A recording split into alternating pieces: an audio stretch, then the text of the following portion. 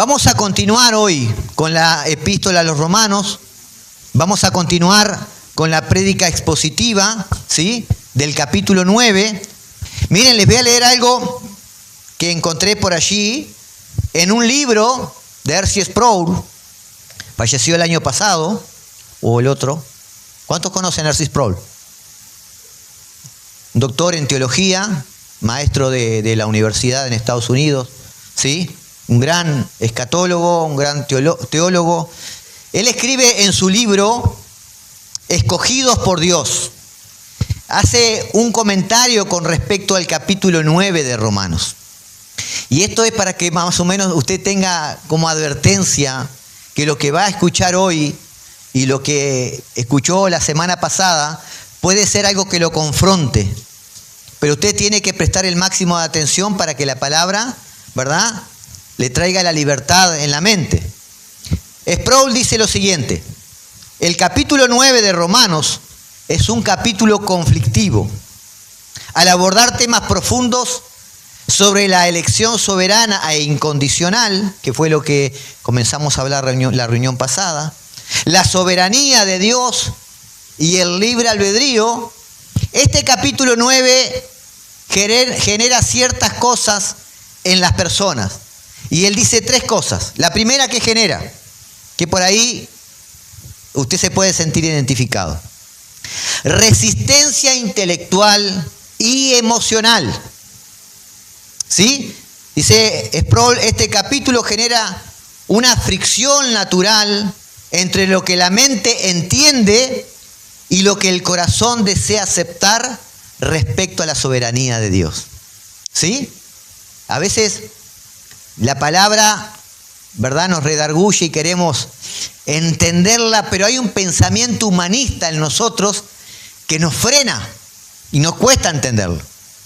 Lo segundo, dice que Sproul, que produce el capítulo 9, a medida que vamos avanzando en el conocimiento de este capítulo, Sproul dice que genera rendición y sumisión. Genera un punto de quiebre donde la persona se rinde ante la autoridad de la palabra de Dios, reconociendo que la salvación es un acto enteramente divino y no depende de los méritos humanos. Y algo comenzamos a vislumbrar en el último mensaje, ¿se acuerdan, no? Cuando hicimos aquellas comparaciones, aquellos ejemplos que el apóstol Pablo hablaba. Y por último, dice Sproul, lo que genera el capítulo 9 en las personas es consuelo y paz. Una vez que usted logra entender la palabra de Dios, al entender que la salvación descansa en el propósito inalterable de Dios, la persona comienza a experimentar un gran alivio, sabiendo que su destino eterno está asegurado por la gracia soberana y no por sus propias fuerzas. Amén. Esto es lo que produce Romanos 9 en muchos creyentes.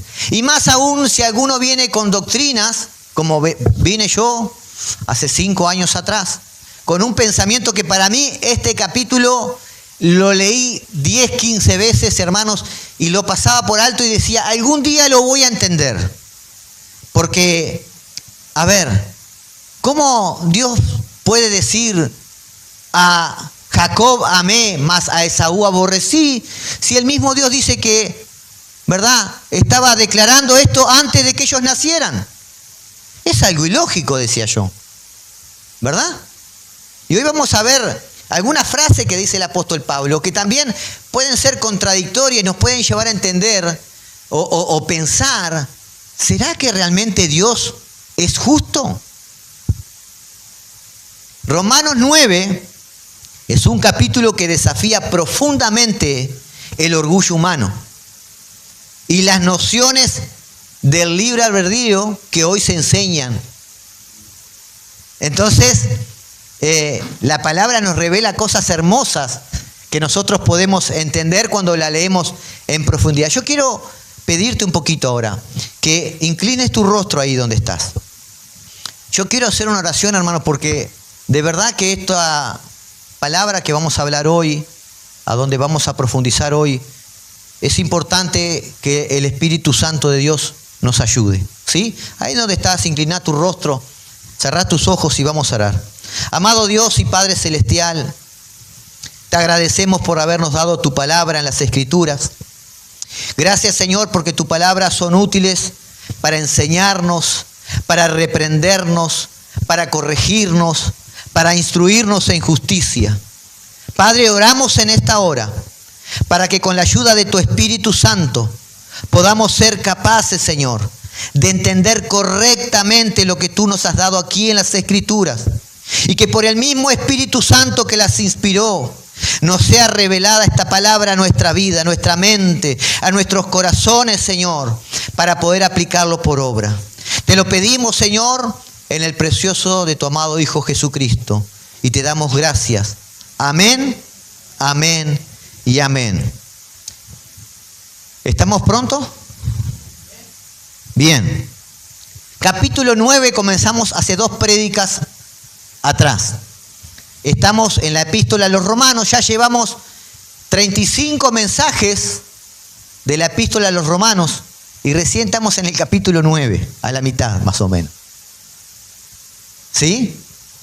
Ahora, cuando comenzamos el capítulo 9, yo les dije que el apóstol Pablo terminó una sección, él habló de un tema y ahora en el capítulo 9, Pablo comienza a hablar de otro tema. Y esta sección va a ir del capítulo 9 al capítulo 11, ¿sí? Y Pablo, en estos 3 capítulos, en lo que se va a centrar en afirmar, ¿verdad?, la fidelidad de Dios a sus promesas. Amén. Siempre usted tenga como raíz de todo esto que estamos hablando, vamos a hablar de la elección incondicional, que comenzamos la reunión pasada. Hoy vamos a hablar poco de la elección incondicional y de la soberanía de Dios. Y más adelante, hoy vamos a tocar por arribita libre albedrío, pero más adelante vamos a profundizar en el libre albedrío. Pero Pablo, todo esto lo engloba en querer enseñarnos a nosotros la fidelidad de Dios en sus promesas. Recuerdan que en la reunión pasada desarrollamos los versículos, capítulo 9, versículos 6 al 13. Y Pablo explicaba que a pesar de la incredulidad de sus compatriotas, a pesar de la incredulidad de los judíos, a pesar de que los judíos, los israelitas, habían recibido la promesa de Dios, habían recibido los pactos de Dios, ellos habían rechazado al Mesías, pero Pablo dice, aún así, la promesa de Dios se cumplirá. Y lo fundamenta en el versículo 6 de Romanos 9. Él dice, pero no es que la palabra de Dios haya fallado, porque no todos los descendientes de Israel son israelitas. Y yo hice la pregunta, ¿recuerdan? ¿Cuántos creen que el Israel geopolítico o el Israel natural es el Israel de Dios? Y algunos por temor no levantaron, pero gran cantidad de cristianos piensan eso. ¿Sí? El Israel geopolítico, dicen ellos, es el Israel de Dios. Ahora, Pablo está diciendo, ¿verdad?, que aunque los propios judíos rechazaron al Mesías, la promesa que Dios hizo se cumplió. Y Pablo argumenta, ¿verdad?, a través de las mismas escrituras, enfatizando que desde el principio de la historia de la redención, Dios hizo una diferencia dentro de los mismos israelitas. Hay un Israel natural, que es el Israel de aquellos que tienen el ADN de Abraham, pero hay un Israel espiritual, que por así decirlo son todos aquellos que tienen el ADN de Dios. Son todos aquellos que fueron escogidos por gracia, ¿verdad?, por misericordia, para venir a formar parte del verdadero Israel de Dios. Y hay algo que Pablo toca, ¿verdad?, sobre el final de la porción anterior de los versículos 6 al 13 y pone, no sé si se recuerdan, ponen los ejemplos de, ¿verdad?, Isaac y de Jacob. ¿Sí? Dios escoge a Isaac sobre Ismael y a Jacob sobre Esaú. ¿Sí? ¿Recuerdan esto o no? Esta selección que hace Dios, ¿verdad? Es un prototipo de la salvación divina que nosotros hoy experimentamos. ¿Sí? Es la elección incondicional. Pablo argumenta que Dios elige a los suyos por pura gracia, no por condición humana, no porque haya un mérito. Y habíamos explicado que hay un pensamiento que dice, bueno, ¿cómo escoge Dios? Porque la palabra es bien clara. Dios escoge a los suyos desde antes, desde la fundación del mundo. Lo leímos en la reunión pasada, ¿verdad? Leía algo así de 3, 4 pasajes, hay muchos más. Pero Dios tiene sus escogidos desde antes de la fundación del mundo. El problema no era ese, porque la Biblia es muy clara. El problema es que algunos piensan que esos escogidos son escogidos porque Dios de antemano sabía que ellos lo iban a elegir a Él. Y nosotros refutamos ese pensamiento.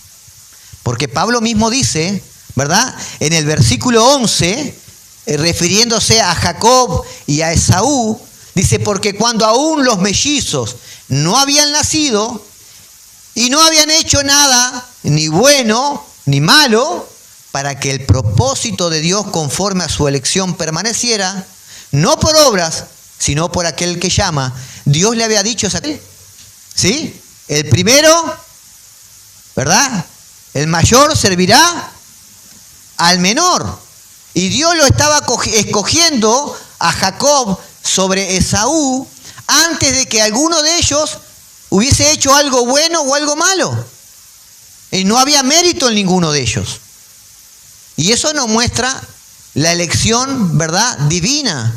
La soberanía de Dios cuando elige a los suyos. También habíamos dicho que era imposible que este pensamiento, ¿verdad?, tuviera asidero, porque la palabra de Dios dice en Romanos, capítulo 3, versículos 10 y 11, que nadie es justo. No hay bueno tan siquiera uno. No hay quien busque a Dios. Todos los seres humanos fueron destituidos de la gloria de Dios. Todos los seres humanos nacemos condenados. Entonces Dios escoge a los suyos porque encuentra algo bueno, porque no porque encuentra algo bueno en ellos, sino para poner algo bueno en ellos. Amén. ¿Y qué es lo bueno que Dios pone en nosotros? El Espíritu Santo de Dios. Las arras de la salvación. ¿Sí? La promesa de la salvación. Ahora, estos dos casos que estuvimos estudiando en la reunión pasada, Isaac sobre Ismael, Jacob sobre Esaú, sirven a Pablo para demostrar que el verdadero Israel no está compuesto por aquellos que Dios eligió por pura gracia y voluntad soberana. Y no por mérito de nacimiento, no porque nacieron en Israel, no porque eran descendientes de Abraham, de la línea sanguínea, sino porque a Dios le plació así hacerlo. ¿Podemos entender esto o no? Tú tienes que entender que si tú y yo hoy estamos en Cristo, es porque Dios decidió que fuera de esta forma. Dios lo decidió. Y hoy yo quiero desarrollar los versículos 14 al 18. A ver si me acompañan. Versículos 14 al 18. Pablo termina la porción anterior diciendo: a Jacob amé, mas a Esaú aborrecí. ¿Verdad? Terminamos ahí, versículo 13. Ahora en el versículo 14, en adelante, Pablo, ¿verdad?, comienza a abordar la crítica común a ver si Dios es injusto porque eligió a uno en lugar de otro. Porque es claro que algún cristiano allí en Roma, cuando lee el versículo 13, puede decir, bueno, pero esto es injusto. Dios eligió a uno por sobre el otro. Y recuerden que yo les dije que una cosa importante es saber la cultura. En la cultura de aquel tiempo, el heredero de las bendiciones, ¿verdad?, era el primogénito. Y si ustedes analizan, Dios no eligió a ninguno de los primogénitos. Ismael era el primogénito de Abraham. Esaú era el primogénito de Isaac. Sin embargo, Dios no los eligió a ellos. Ellos podrían decir, bueno, pero acá es injusto. ¿Por qué eligió uno en lugar de otro? ¿Verdad? Y Pablo comienza argumentando ahora con preguntas. En el versículo 14, vamos a leer del 14 al 18, dice Pablo en pregunta, ¿qué diremos entonces? ¿Que hay injusticia en Dios? Hace esta pregunta. ¿Qué diremos entonces? Porque Dios escogió, ¿verdad?, a Isaac sobre Ismael, o porque Dios escogió a Jacob sobre Esaú. ¿Hay injusticia en Dios? Ahí viene el tono de la pregunta, ¿verdad? ¿Hay injusticia en Dios? Y después, yo no sé si en su Biblia, pero en la mía dice, de ningún modo, pero está entre símbolos de exclamación. De ninguna manera, dice Pablo. Es imposible que haya injusticia en Dios. Es una afirmación rotunda. Y a continuación Pablo dice en el versículo 15, porque él dice a Moisés, tendré misericordia del que yo tenga misericordia y tendré compasión del que yo tenga compasión. Así que no depende del que quiere ni del que corre, sino de Dios que tiene misericordia. Porque la Escritura dice a Faraón, para esto mismo te he levantado, para demostrar mi poder en ti y para que mi nombre sea proclamado por toda la tierra. Versículo 18, otra vez termina con una frase, así que Dios tiene misericordia del que quiere y al que quiere endurece. Yo creo que este versículo 18 es uno de los versículos más chocantes, ¿verdad? Junto, ¿verdad?, con el 15, tendré misericordia del que yo tenga misericordia. En otras palabras, Dios está diciendo, yo tengo misericordia del que yo quiero tener misericordia. Y eso nos puede llevar a pensar, pues Dios es un poco injusto entonces, porque va a tener misericordia de que Él quiera. Y eso es lo que vamos a desarrollar ahora. Pablo va a responder en la primera parte, ¿verdad?, a esto. ¿Dios es injusto por seleccionar a uno y a otro no? ¿Dios es injusto por seleccionar a Isaac sobre Ismael y a Jacob sobre Esaú? ¿Dios es injusto porque seleccionó a Francisco sobre Roberto? ¿Es Dios injusto? Porque esto se aplica al día de hoy, la soberanía sobre la elección incondicional. ¿Sí? Si la Escritura enseñara otras cosas, si lo que vimos anteriormente en los versículos 6 al 13, la enseñanza fuera al revés, si Pablo hubiese dicho, a ver, Dios, en vez de que Dios eligió soberanamente a uno sobre otro, Pablo hubiese dicho acá, no, Dios viajó al futuro y vio la condición de Jacob y Esaú, por eso escogió a Jacob. No había ningún argumento para que Pablo haga esta pregunta, ¿verdad? Porque nosotros lo vemos, a eso sí lo vemos justo. A nosotros nos encantaría decir a nuestro orgullo, Dios me escogió a mí porque viajó a mi futuro y Él vio que yo lo escogería a Él. Pero como vimos hoy, eso es imposible. No que Dios viaje al futuro, sino que nosotros lo escojamos a Él, ¿verdad?, por libre voluntad. Y Pablo entonces hace esta pregunta tomando en cuenta que alguien podría estar pensando con lo que anteriormente expuso, Dios puede ser injusto con esto. Dios no está tomando en cuenta la bondad o que este otro tendría mejores méritos, ¿verdad? Entonces, al final, cuando pensamos así, que Dios nos escoge, ¿verdad? Porque vio algo bueno en nosotros, podemos llegar a pensar que la salvación depende de nosotros y no de Dios. Y a la mente humana, a la arrogancia, al orgullo humano, le encanta pensar eso. Dios me escogió porque hay algo bueno en mí. De hecho, muchos se ofenden cuando escuchan estos mensajes y con esta postura. Entonces Pablo contesta esta pregunta, ¿verdad? Enérgicamente, en ninguna manera. Y a continuación Pablo comienza, ¿verdad?, a explicar cómo Dios nos enseña a través de las Escrituras su derecho a dar misericordia a quien Él desee dar misericordia. Y para eso Pablo va allí a Éxodo 33, capítulo 19, donde Dios le dice a Moisés: tendré misericordia del que yo tenga misericordia. Ahora, lo más importante de este Éxodo, capítulo 33, es que está después del Éxodo capítulo 32. ¿Sí? ¿Sabían ustedes, no? Éxodo 33 está después de Éxodo 32. Ahora, ¿qué pasó en Éxodo 32? Para que Dios llegue a este punto de decirle a Moisés: tendré misericordia de quien yo quiera tener misericordia. En Éxodo 32, ¿recuerdan? Moisés sube al monte Sinaí, ¿recuerdan o no? Recibe las tablas de la ley escritas por el dedo de Dios, ¿sí? De los dos lados.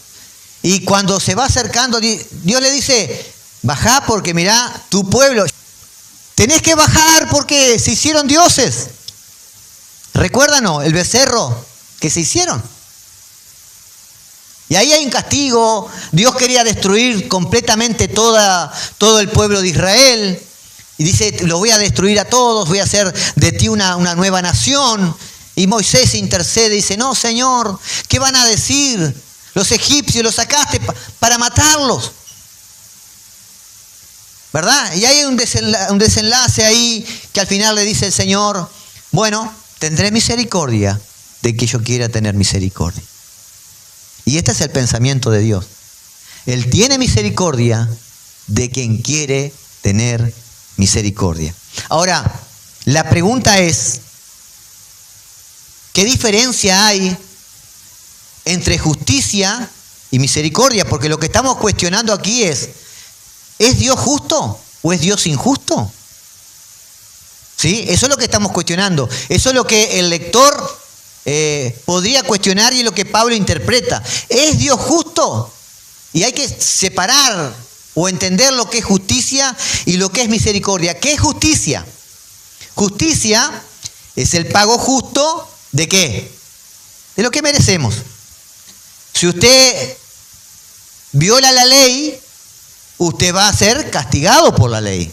Es un pago justo. ¿Sí o no? ¿Verdad? Eso es justicia. ¿Qué es misericordia? Misericordia, por definición, es un favor inmerecido. O sea, la justicia es lo que usted merece. Misericordia es algo que usted no se merece. ¿Van entendiendo? ¿Van siguiendo conmigo? Cuando Dios habla en términos de justicia, ¿verdad? Si Dios decidiera tratar a toda la humanidad bajo el estándar de justicia estricta, la pregunta es: ¿algún ser humano en la historia de la humanidad sería salvo? Ni un ser humano. El único que estuvo aquí en esta tierra sería Jesús, el único perfecto. Pero en toda la historia de la humanidad, nadie ha alcanzado el estándar de santidad que Dios requiere. ¿Y cuál es el estándar de santidad? Su propia santidad. Amén. Entonces, es imposible, ¿verdad?, que el ser humano pueda salvarse a sí mismo, porque su justicia, ¿verdad?, no es aceptada ante Dios. Ahora, la justicia implica recibir el castigo por una culpa acumulada. La justicia de Dios no es injusta, pues nadie merece la salvación. O sea, que a quien Dios no elige, ¿qué le otorga? Justicia. Le otorga justicia. Es el justo pago por sus pecados. Y a los escogidos, a los que eligió desde antes de la fundación del mundo, ¿qué les otorga? Misericordia. Es un favor inmerecido. Es como gracia, un regalo inmerecido. ¿Sí? Ahora, si Dios estuviera obligado a mostrar misericordia, vamos a suponer en el caso que Él estuviese obligado a mostrar misericordia, entonces no sería misericordia. Es una obligación. ¿Se entiende o no? Los que son abogados y jueces y... ¿Es así o no? La misericordia es algo que se puede dar o no. Que alguien dé misericordia no quiere decir que esa persona pasa a ser injusta. ¿Verdad? Bueno, esto pasa con Dios. Tenemos que entender, amados, que estamos en un lugar peligroso cuando ponemos la misericordia de Dios hacia nosotros como un derecho. Dios me debe misericordia. Bueno, ahí ya erraste el camino. Dios no te debe misericordia. Dios da misericordia a quien quiere dar misericordia. Dios nos debería justicia a todos, porque todos pecamos y estamos destituidos de la gloria de Dios, por lo tanto merecemos la condenación. Pero en su gracia y en su misericordia, Dios favorece a los escogidos. ¿Amén? ¿Podemos entender esto o no? Vamos a ir un poquito más profundo. Vamos a unir ahora soberanía. Algo que Pablo destaca aquí. Y Jesús pone un ejemplo sobre soberanía, ¿verdad? En Mateo capítulo 20, versículo 1 al 16. Y a mí me gustaría, Gaby, si podemos ir colocando de a 3 versículos. Yo no lo voy a leer, lo voy a tratar de parafrasear, tratar de explicar un poquito, para que no se nos haga tan largo. Jesús está dando aquí la parábola de los trabajadores de la viña. ¿Sí? Vamos a ir pasando de a poquito, del versículo 1 al 16. ¿Qué está pasando aquí? Jesús cuenta esta parábola y dice que el dueño de un viñedo, ¿sí?, sale a buscar trabajadores para la viña a las 6 de la mañana. ¿Sí?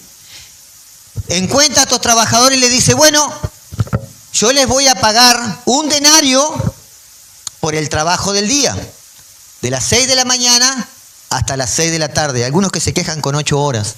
En Uruguay están queriendo poner 6 horas. ¿Sí? El trabajo diario en ese entonces era de las 6 de la mañana a las 6 de la tarde. Y lo que se pagaba regularmente era un denario, el valor que se cobraba por ese tipo de trabajo. Era una moneda de plata que equivalía a 3, 4 dólares más o menos ahora. ¿Sí?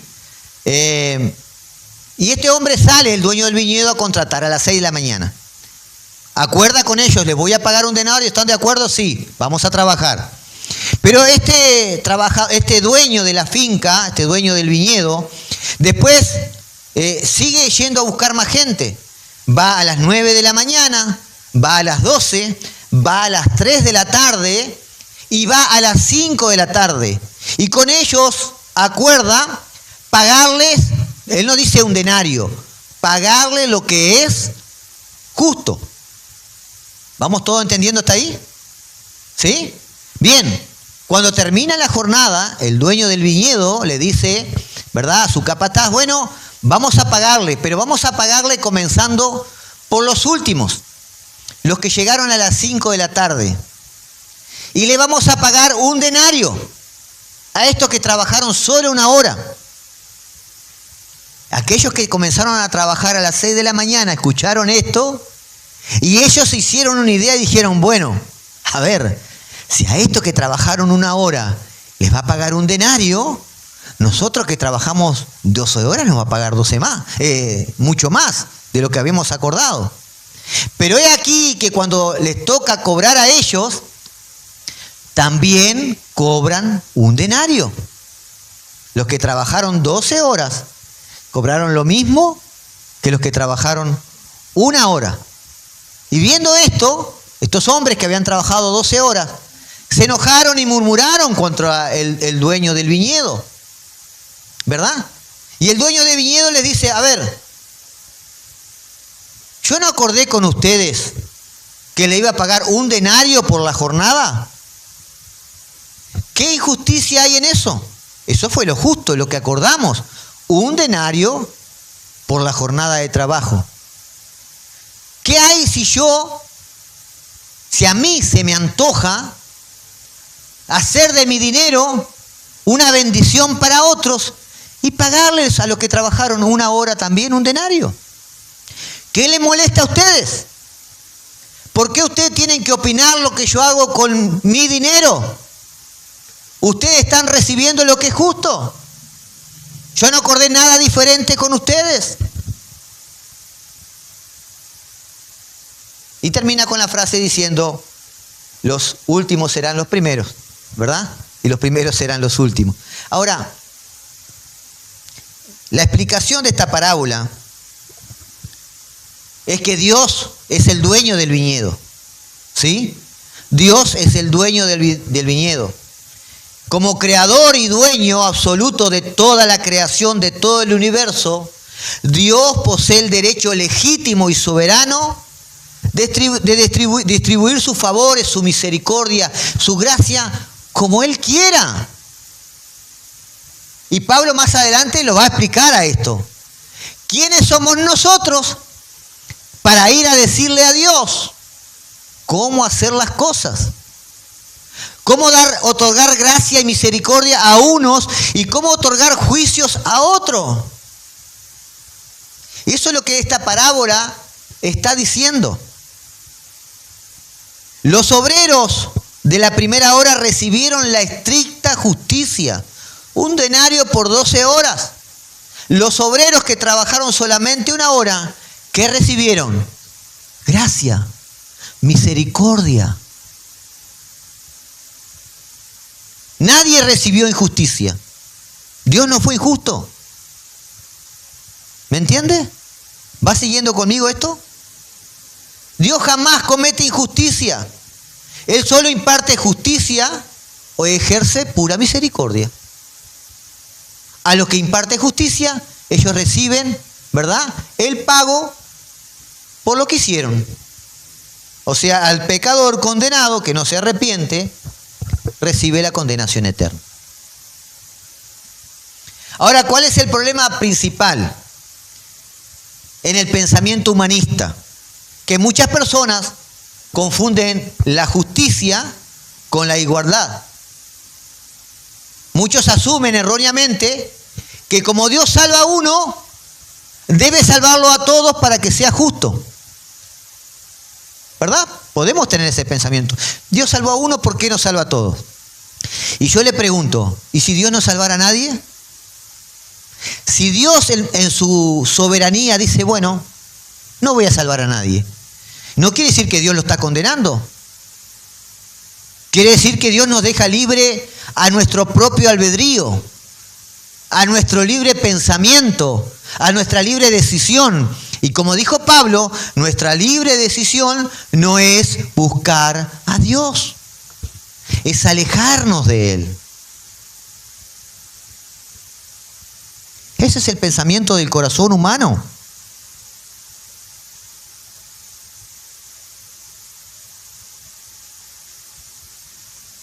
Dios no debe salvación a nadie. Cuando concede misericordia a algunos, la concede por pura gracia. Y cuando concede justicia a otros, la concede porque es lo que merecemos. Amén. Amén, iglesia. Ahora, los que se pierden reciben justicia y los salvados reciben misericordia, un favor inmerecido, pero nunca es injusticia de parte de Dios. Y Pablo termina esta porción aquí con el versículo 16, y acá dice algo maravilloso. Yo quiero que usted la anote ahí, versículo 16 de Romanos 9. Mire lo que dice Pablo acá. Él termina este argumento diciendo esto. Así que no depende del que quiere, ni del que corre, sino de Dios que tiene misericordia. Este versículo 16 es maravilloso. Esto corta de raíz toda jactancia, todo orgullo humano que piensa que alcanza la salvación por puro mérito. Miren lo que dice.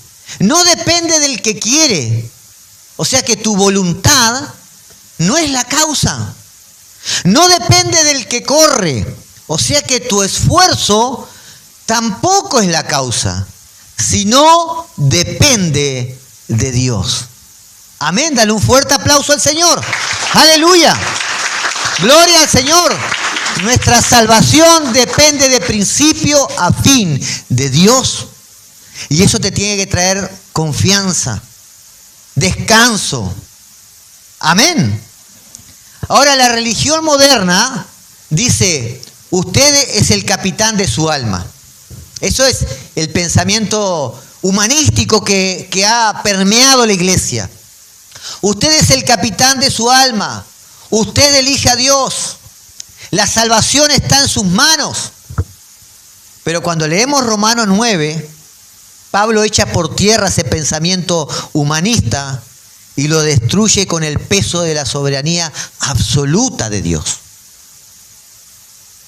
Nunca va a haber un mérito en nosotros. Siempre es pura y soberana gracia. Amén. Charles Spurgeon, con respecto a esto, dijo lo siguiente: el viejo hombre en nosotros odia la soberanía de Dios. La carne quiere tener el mérito. El cristiano orgulloso cree que es salvo porque fue lo suficiente bueno para aceptar a Jesucristo. Pero Pablo viene en el capítulo 9 de Romanos, ¿verdad? Y nos dice, tu salvación lo comenzó con tu voluntad. No depende de ti. No comenzó con tu libre albedrío. Comenzó con la voluntad de Dios. Y eso es maravilloso, iglesia. Yo no sé si eso puede traer descanso y paz a tu vida. No tienes que pelear para mantener tu salvación. Dios te la dio y Dios la mantiene. Amén. Dios la mantiene. Y eso es bueno. Para el cristiano que no confía en sus propias fuerzas, que no confía, ¿verdad?, en su condición, esto es música para los oídos. Es seguridad eterna. Saber que es Dios que nos sostiene a nosotros. Que puedo caer, que puedo fallar, que puedo tener momentos de debilidad. Pero no depende de mí. Dios me sostiene. Dios me va a rescatar en sus brazos. ¿Cuántos de aquí han tenido situaciones así? ¿Sí? Que han visto la mano misericordiosa de Dios rescatándonos. Y nosotros queriendo correr, ¿verdad? Como ese niño que se portó mal, ¿verdad? Y sabe que hizo algo mal y corre en dirección contraria a su padre porque sabe que su padre está esperando para, ¿verdad?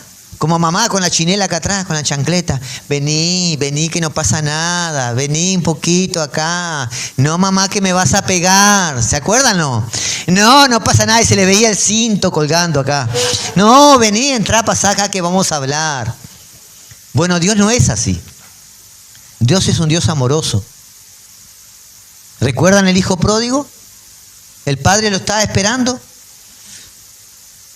No le dijo nada a todo lo malo que había hecho. Simplemente lo abrazó, lo besó, lo recibió con amor. Y así muchos de nosotros fallamos tantas veces. Pero la gracia y misericordia de Dios está ahí pronta. Nuestro Padre está siempre ahí con amor, esperando para sostenernos, fortalecernos. siempre envía un ángel, un hermano, una hermana, ¿verdad? A traernos consuelo. Ese es Dios. Amén. Y Pablo termina este argumento sobre la soberanía de Dios en el versículo 17 y 18, lo termina con el ejemplo de Faraón. Pablo ahora va a profundizar en la explicación sobre la soberanía absoluta de Dios en relación a la justicia y al juicio. ¿Sí? Versículo 17 y 18. Dice, porque la Escritura dice a Faraón, por esto mismo te he levantado, para demostrar mi poder en ti y para que mi nombre sea proclamado por toda la tierra. Así que Dios tiene misericordia del que quiere y al que quiere endurece. Vamos a ver versículo 17 primero. ¿Sí? Para esto mismo te he levantado, para demostrar mi poder en ti y para que mi nombre sea proclamado en toda la tierra.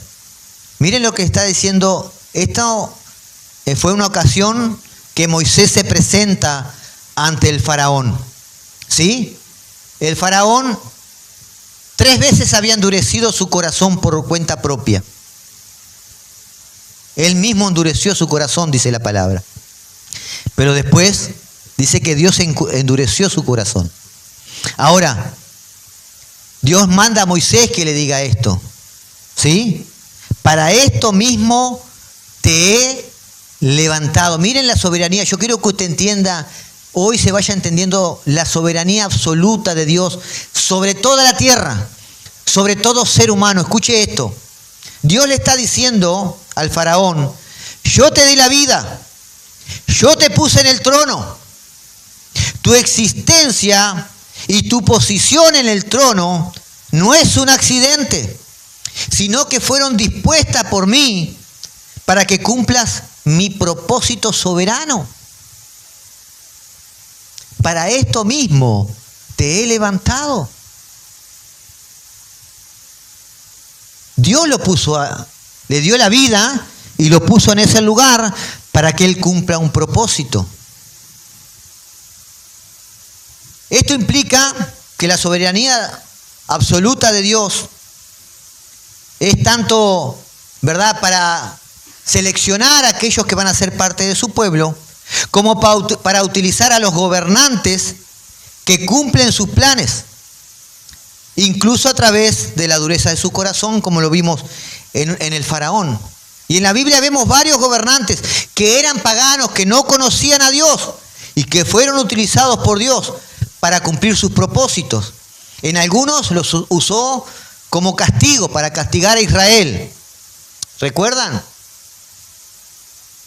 Nabucodonosor, el rey de Babilonia, era un pagano. Él no conocía a Dios, adoraba a otros dioses. Y si esto fuera poco, ¿quién destituyó a Nabucodonosor? El rey Ciro el Grande. ¿Sí? ¿Y qué dice Dios? Que también lo levantó a él para que cumpla su propósito. ¿Qué iba a hacer Ciro el Grande? Ciro el Grande fue el que preparó el decreto y firmó el decreto que iba a liberar al pueblo de Israel para que fuera reconstruido a través de Nehemías. ¿Recuérdanlo? ¿Ustedes sabían que ese decreto fue el que marcó la cuenta regresiva de la venida del Mesías? A partir de ese decreto firmado por el rey Ciro el Grande, iban a transcurrir 490 años hasta que el Mesías apareciera en escena. Más adelante también vemos a Tito, ¿verdad? Un general romano que después sería emperador. Tito, Dios lo usó para cumplir su propósito. En el año 70 después de Cristo, Jerusalén es sitiada y es destruida y se cumple la promesa de Jesús que le dijo a sus discípulos, esto aquí no va a quedar piedra sobre piedra. Entonces, La soberanía de Dios no está limitada a los cristianos. Dios es soberano en todos los ámbitos de la vida. La Biblia dice que Él pone reyes y quita reyes. Él pone los gobernantes. La palabra dice en Romanos que toda autoridad en los cielos y en la tierra es puesta por Él. Pero pastor, pero ahora está la elección del pueblo, hay votaciones.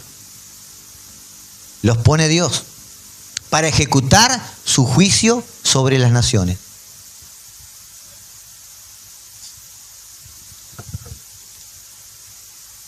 Versículo 18, termino con esto, dice Pablo. Así que Dios tiene misericordia del que quiere, y al que quiere, endurece. Esto no quiere decir que Dios convirtió a un hombre bueno en alguien malo. Más bien tomó a un hombre arrogante y malvado y decidió no frenar su maldad para que su gloria sea manifestada. Amados, Dios no es el autor del pecado. Lo que hace Dios es retira su gracia y deja que el ser humano fluya en su naturaleza pecaminosa. Yo le pregunto, ¿usted cree que si Dios no restringe este mundo, nosotros ya no estaríamos destruidos? Es Dios quien restringe las fuerzas en este mundo. Si Él nos soltara nuestro libre albedrío, a nuestro libre pensar, y Él nos mantuviera un control de los siglos, de los tiempos, para que se cumplan las cosas en los tiempos establecidos, amados,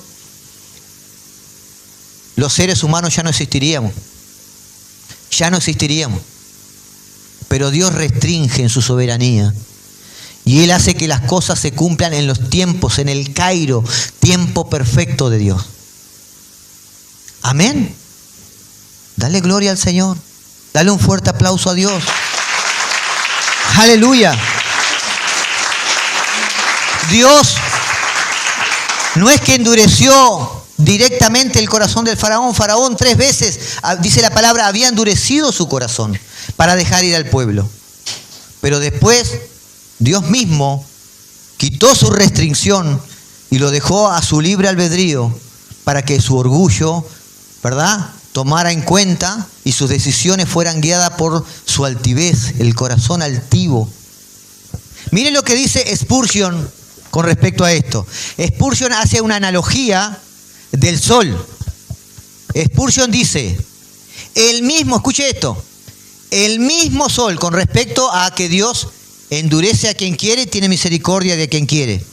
Dice, el mismo sol que derrite la cera, ¿sí? El mismo sol que derrite la cera es el que endurece el barro. ¿Se entiende o no? El calor del sol que derrite la cera, ese mismo calor del sol es el que endurece del barro. Y esto está ilustrando que la reacción de endurecerse o ablandarse depende de la naturaleza del material, depende del corazón. Amén. Dios no hay maldad en Él, no hay pecado en Él, por el tanto no puede producir nada de eso. Pero Dios sí puede alejar, ¿verdad?, su gracia restrictiva y dejar que nosotros sigamos, ¿verdad?, los deseos de nuestra carne, las perturbaciones del pecado en nuestra vida, para que Él cumpla su propósito. Amados, hay veces que Dios se glorifica a sí mismo a través de muestras de misericordia, pero otras veces Dios se glorifica a sí mismo, como en este caso del faraón, a través del endurecimiento de su corazón. Si Dios no hubiese hecho esto, Dios no hubiese podido ejecutar las 10 plagas que quería ejecutar. ¿Dios podía haber fulminado al faraón con la primera plaga, sí o no? Claro que sí.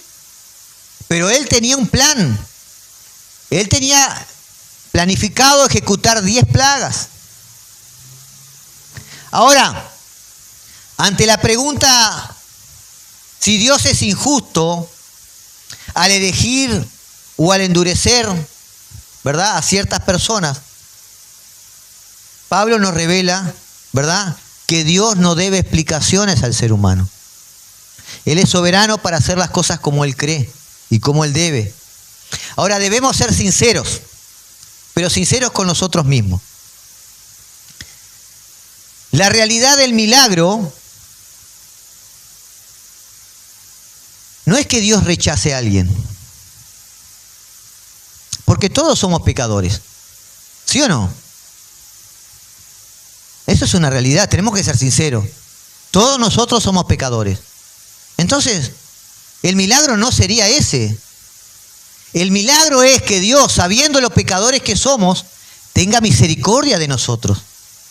Y aún así, rescate de una humanidad perdida, cientos de millones de personas a lo largo de la historia de la humanidad, ¿sí?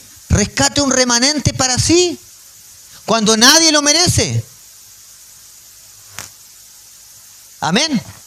Ahora, usted podría decir, bueno, pastor, pero entonces en ese concepto, como Dios elige, ¿verdad?, a quién se va a salvar, Dios elige desde antes de la fundación del mundo, Dios los escoge, ¿verdad? No tenemos que preocuparnos. Dios va a hacer que yo, ¿verdad?, sea salvo. Y ahí, hermanos, es donde entra la responsabilidad humana. Dios nos dejó el Evangelio porque es el medio por el cual vamos a ser salvos. Amén. Hay una responsabilidad. A través de la predicación del Evangelio, los hombres pueden llegar al arrepentimiento, ¿verdad?, y a la salvación.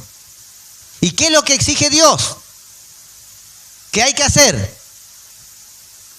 Creer. Y esto parece difícil de entenderlo. Solamente creyendo, sí, solamente creyendo. Romanos 10:13 dice, todo aquel que invoque el nombre del Señor será salvo. Todo aquel. Las puertas no están cerradas para nadie. No quiere decir que a los que Dios no escogió no tengan la oportunidad de venir en arrepentimiento y fe. Si crees, serás salvo. Hechos 17:30 dice, Dios manda a todos los hombres en todo lugar que se arrepientan. Arrepentimiento y fe. Hay una responsabilidad del hombre. No, a mí me escogió Dios y Él se va a encargar. No, Él se va a encargar de tu salvación una vez que tú hayas creído. ¿Se entiende, no? Y pastor, pero esto cualquiera, bueno, usted no cree, las cosas espirituales se disciernen espiritualmente. Usted necesita la fe de Dios. Amén. Necesita la fe de Dios en usted para que usted pueda discernir lo espiritual y que pueda creer y que pueda arrepentirse. Entonces siempre es Dios obrando, de principio a fin. ¿Verdad que es una verdad que nos tiene que llenar el corazón de gozo, de seguridad? Saber que hay un Dios, ¿verdad?, que está en control de todas las cosas. Mira, hermano, mi oración cambió cuando yo aprendí la soberanía de Dios. Hasta mi oración cambió. Mi forma de afrontar las circunstancias, los problemas, cambiaron. Porque entiendo que Dios es soberano. Cuando pasamos la pandemia, muchos decían, opa, parece que a Dios se le escapó el control de esto. Nada se le escapa en el control de Dios. No acontece nada en esta tierra que Dios diga, ay, se me escapó, mirá, ay, no había tomado en cuenta esto. No, hermanos. Soberanía es sobre todo. No hay nada en este mundo ni en el universo que Dios no tenga control. Amén. Imagínate que dice la palabra que Él sabe hasta cuando cae un cabello de tu cabeza. Ponete de pie, iglesia. Tenés que irte gozoso de este lugar hoy, sabiendo que Dios te escogió desde antes de la fundación del mundo y no fue por algo que tú hiciste, sino fue por pura misericordia. Amén. Porque Él tiene misericordia de quien quiere tener misericordia. Eso te tiene que dar seguridad de salvación. Estás en buenas manos. Dios es soberano. Dios te sostiene y no hay nada en este mundo, ni nadie que te pueda separar del amor de Dios que es en Cristo Jesús. Dale un fuerte aplauso al Señor, aleluya. Gloria al Señor, gloria al Señor. Vamos a orar. Padre, te damos gracias, Señor, por esta palabra. Gracias, Señor, porque, Señor, tu soberanía, Señor, nos da la seguridad, nos da la confianza, Señor, que tú estás en control de todas las cosas. Queremos agradecerte por esta palabra, Señor, que nos trae paz, nos trae seguridad, trae júbilo, alegría a nuestras vidas, Señor. Que la salvación no depende de nosotros, Dios mío. Porque si fuera así, Señor, sería muy difícil para nosotros. La salvación depende de ti. Te damos gracias, Dios mío, porque así lo planeaste de principio a fin. Porque sabías, Señor, que nuestros corazones eran tendientes, Señor, a alejarnos de ti. Pero en tu misericordia y tu fidelidad has rescatado un remanente, el Israel de Dios, el escogido de Dios. Desde antes de la fundación del mundo, tú miraste para cada uno de nosotros y dijiste: este es mi amado, esta es mi amada. Tú nos escogiste, Señor, y nos llamaste con un llamamiento santo. Por eso hoy te damos gracias, Señor. Muchísimas gracias. Amén, amén y amén. Gloria al Señor.